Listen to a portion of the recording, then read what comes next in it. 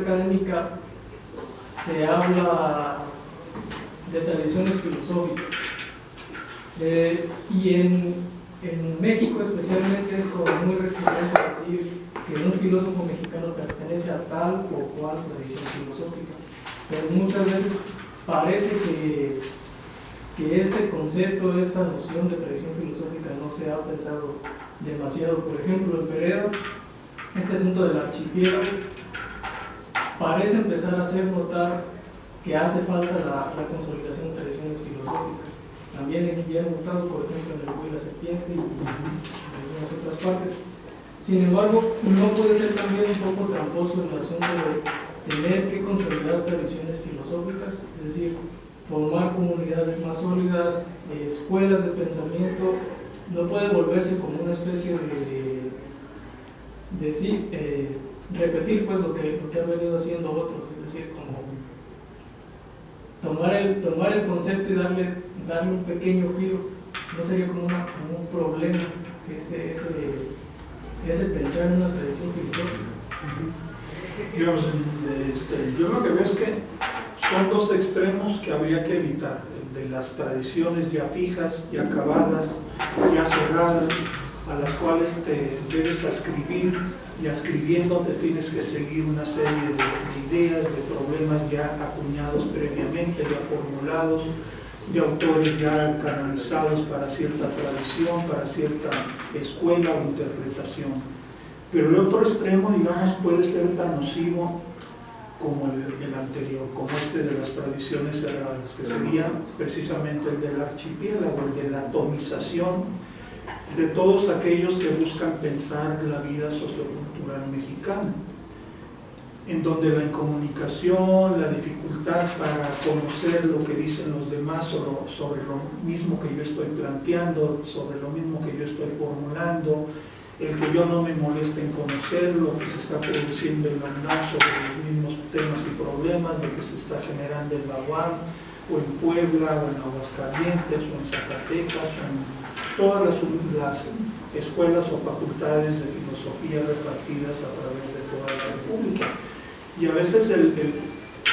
digamos, este peligro se extiende inclusive hasta dentro de las propias escuelas y facultades. Digamos que no nos leemos nosotros mismos, que no nos molestamos en ver qué se ha generado viendo los libros que se han publicado en la facultad, en ediciones, que no los leemos, solamente quizá vemos el título, ¿no? Que se está trabajando fulano de tal en tal asunto, pero no nos molestamos en leer, no nos molestamos en buscarlo, quizás si hay algo que nos inquiete. Entonces son los dos extremos. Y siempre, pues, como sabemos por Aristóteles, pues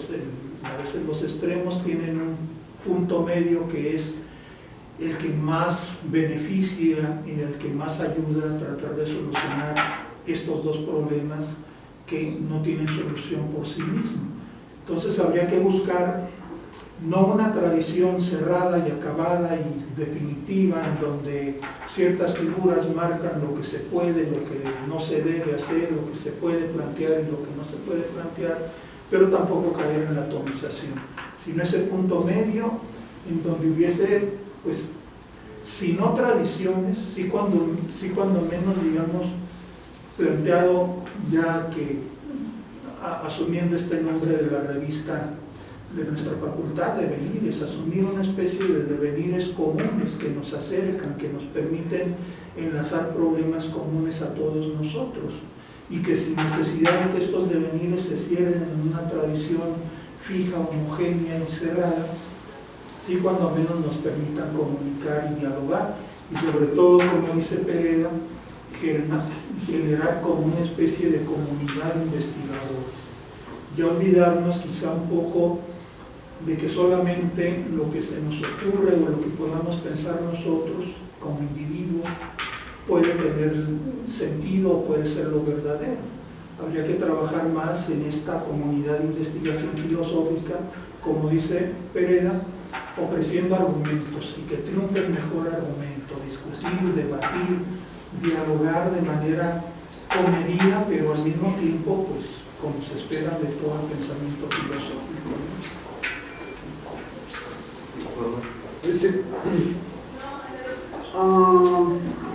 Yo tengo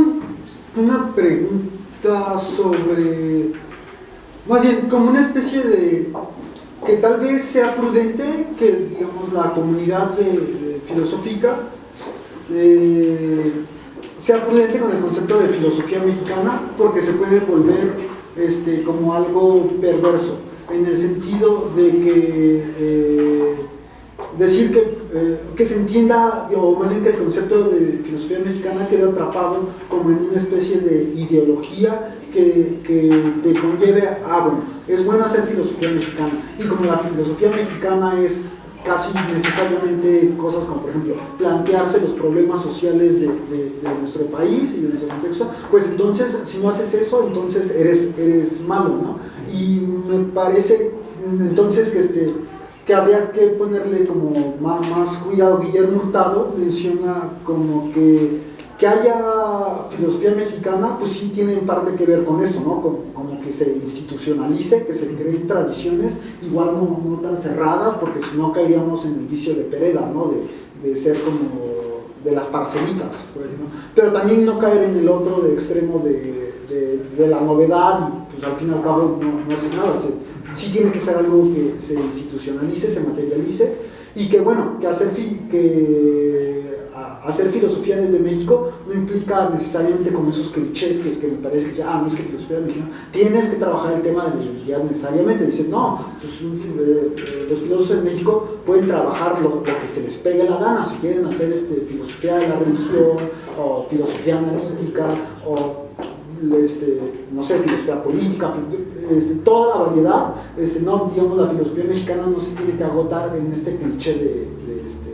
de la identidad nacional o de los temas sociales o algo, cosas por el estilo. Bueno, ahí habría mucho que decir, y evidentemente no da para una posible respuesta de mi parte, no da para hacerlo de manera más extensa. Pero digamos, lo que pasa es que el concepto de identidad es mucho más de lo que llegamos a suponer, y está inclusive más presente también de lo que llegamos a imaginarnos en la propia filosofía europea. Lo que pasa es que prácticamente la totalidad de los filósofos europeos, tácitamente, aún los aparentemente más sutiles en el ámbito que pareciera más abstracto, más especulativo, como puede ser el ontológico o el metafísico o el de la lógica, tácitamente hay una referencia directa o indirecta aún al propio contexto sociocultural. Lo que pasa es que ese contexto sociocultural da para muchas cosas, da para expresiones como las que critica Pereda, de esta especie de expresiones nacionalistas del pensamiento, expresiones folclóricas, expresiones construyen una supuesta idea filosófica a partir de lo primero que se te ocurra, ¿no? De expectativas locales, artesanales, muy folclóricas, pues muy localistas. Pero también da, aún para estas mínimas expresiones, que son quizá las más negativas y peyorativas que habría que combatir, hasta expresiones mucho más sutiles, mucho más experimentales, que tienen que ver también con el juego del ejercicio, del desarrollo conceptual en el ámbito ontológico y metafísico. Pensemos en dos autores que pareciera que no están conectados con esto que estoy diciendo, un Hegel y Heidegger, en donde podemos perfectamente rastrear el contexto filosófico, cultural, político, inclusive, no que da pie, porque no se trata de eso, como decía en mi lectura, en la plática pues, que les leí. No es un asunto de que el contexto explique mecánicamente como una especie de relación causa y efecto a los conceptos filosóficos, no es esto. Finalmente los conceptos recrean quizá problemas, recrean cosas que no se perciben, que no se advierten de la vida sociocultural y las llevan a un ámbito en donde se convierten aparentemente en cuestiones abstractas, en cuestiones puramente especulativas, pero que partieron directa o indirectamente de problemáticas, de situaciones, de acontecimientos sociales, culturales, políticos y económicos. Entonces, digamos, yo no estaría, digamos, tan cierto de que no necesariamente habría que seguir replanteando el asunto en términos de cómo se ha hecho ahora sí que tradicionalmente, centrándonos en la cuestión de la identidad. Pero sí habría que replantear qué entendemos por identidad, porque si es un concepto demasiado lleno de sentidos, de significados, y todos ellos negativos, porque hablamos de identidad y hablamos de algo que está fijo, de algo que está ahí, de algo que no se mueve, de algo que está predeterminado, preestablecido, casi de manera mítica, sustancial, metafísica, o por una cuestión no histórica, pero no es propiamente como lo entiende casi ninguno o prácticamente ninguno de los autores mexicanos, o en el caso de la filosofía latinoamericana, ninguno de los filósofos latinoamericanos. Habría que hablar más de modos de subjetivación, de procesos de subjetivación, de modos de ser, de modos de vivir, de modos de pensar, todo aquello que la vitalidad, la compleja vitalidad de la vida sociocultural genera y que a veces desgraciadamente no estamos atentos a ella. Las expresiones a veces muy vanguardistas, muy de experimentación, que a veces solo los grandes filósofos, aún en el ámbito mexicano y latinoamericano, alcanzan a advertir. Pero yo en principio no lo vería como un simple cliché y no, digamos, lo tiraría ya rápidamente al cesto de los trastes viejos al concepto de identidad. Si quieres, habría que construir otro, que diera este pleno sentido a lo plural, a lo móvil, algo distinto simplemente a que tenemos que guardar fidelidad o lealtad a una identidad. Lo decía en el caso de la identidad individual, que no queda agotado en una identificación, no queda agotado por una historia personal, ¿sí? No quedamos definidos por nada, no tenemos una identidad fija, sino que sabemos que somos un conjunto de procesos, pluralidad de movimiento, pero habría que construir un concepto que reflejara un poquillo más eso. Bueno, por cuestiones de tiempo, una última pregunta. Bueno, por cuestiones de tiempo vamos a dar paso solamente a una última pregunta o algún comentario para iniciar con la siguiente mesa. Así que si alguien tiene algún comentario, pregunta. Yo quería comentar que realmente me parece muy acertado lo que dice Teresa, y de hecho lo apoyo, sobre que pues obviamente se ha estado repasando mucho sobre las figuras pues antiguas, digamos, sobre los filósofos antiguos, y se me hace pues que realmente tiene razón en que si nos ponemos a pensar, pues durante todo nuestro, se podría decir, antecedentes en la educación, tanto en nuestra cultura como en el país, pues siempre se repasan obviamente ese tipo de, no, pues que Sócrates cita esto, dice esto, y siempre se ponen figuras y nosotros estamos así como que obedeciendo a lo que dice la persona, ¿no? Pues tal persona declaró esto, pues es cierto. Y no se aperturan nuevos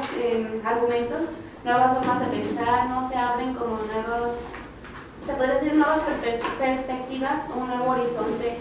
donde podamos pues obviamente abrir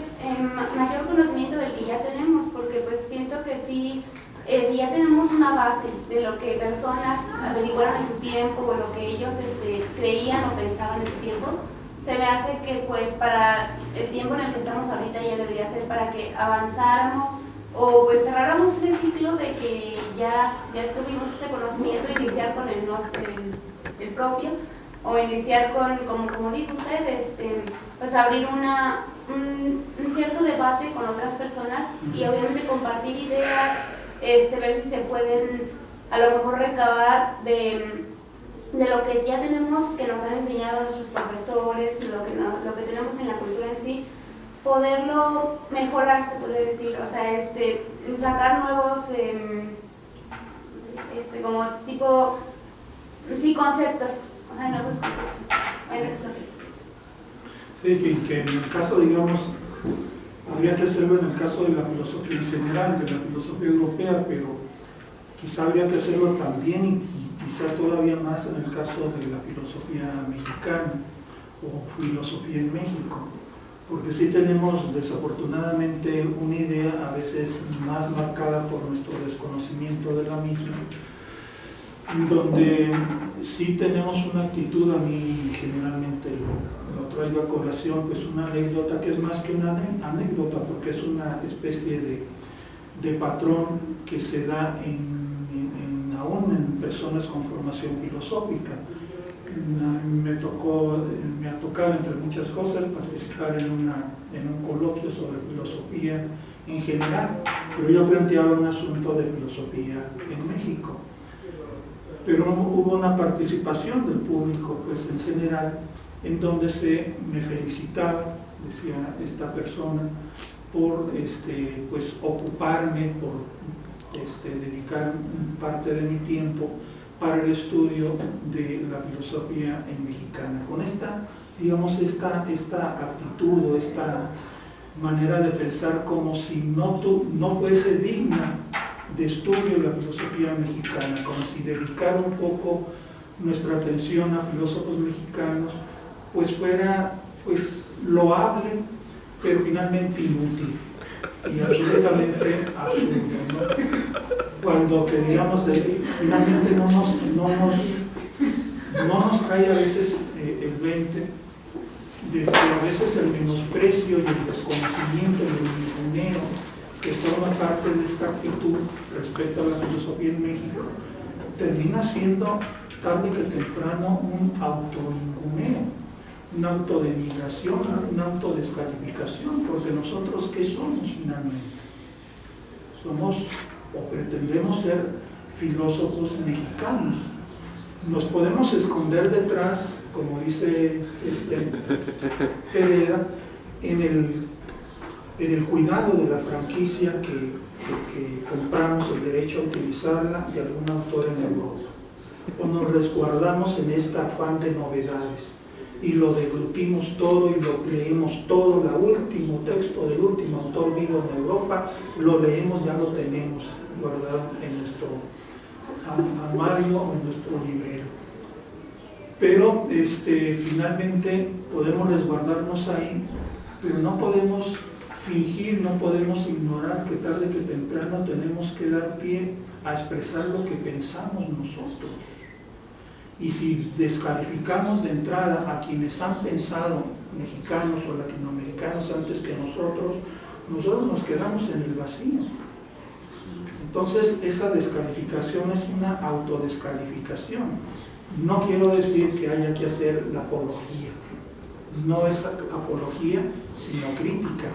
Si vemos que filósofos, grandes filósofos, no tuvieron el rigor que presuntamente tuvieron, pues hay que hacerlo notar y hay que construir ese rigor y hay que construir un mejor planteamiento de los problemas. Lo que no podemos hacer es ignorarlos. Ni la ignorancia ni la apología. La crítica, el análisis, la argumentación y la creación conceptual. Con eso, esto crece, esto necesariamente crece. Deja de ser lo que dijo Hegel. Si pregunto qué es la muerte, es que Heidegger dijo, bueno, sí, pero ¿tú qué? Pero es parte de lo mismo, pareciera no tener ninguna conexión, pero sí tiene conexión, porque estamos habituados a pensar con fórmulas, ahora sí que con clichés. Bueno, pues con esto damos por concluido esta conferencia del profesor Toscano. Agradecemos